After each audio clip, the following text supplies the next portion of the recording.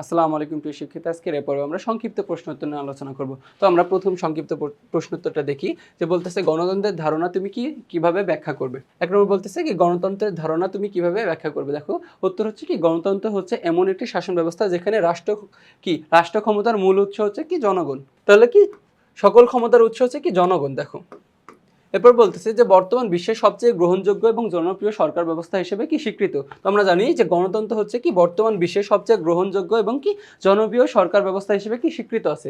গণতন্ত্রের সংজ্ঞা নির্ধারণে যারা গুরুত্বপূর্ণ ভূমিকা রেখেছেন তাদের মধ্যে আব্রাহাম লিঙ্কন অন্যতম। কি বলতেছে দেখো যে গণতন্ত্রের সংজ্ঞা নির্ধারণে যারা গুরুত্বপূর্ণ ভূমিকা রেখেছেন তাদের মধ্যে আব্রাহাম লিঙ্কন অন্যতম।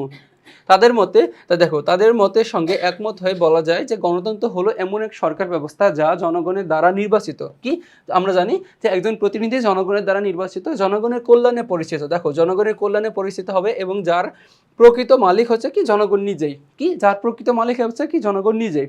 এরপরে আমরা 2 নম্বর কোশ্চেনটা দেখি যে নির্বাচনী আচরণবিধি কি। 2 নম্বর হচ্ছে নির্বাচনী আচরণবিধি বলতে কি বোঝায় ব্যাখ্যা করো। আচ্ছা, নির্বাচনী আচরণবিধি। তো নির্বাচনী আচরণবিধি হলো নির্বাচন পরিচালনার সঙ্গে সংশ্লিষ্ট আইন।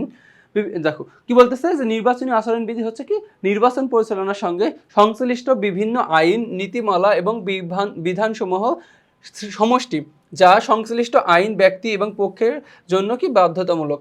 এই বিধিবিধান অমান্য করলে শাস্তির ব্যবস্থা রয়েছে। কি বলতেছে যে এই বিধিবিধান অমান্য করলে শাস্তির ব্যবস্থা রয়েছে।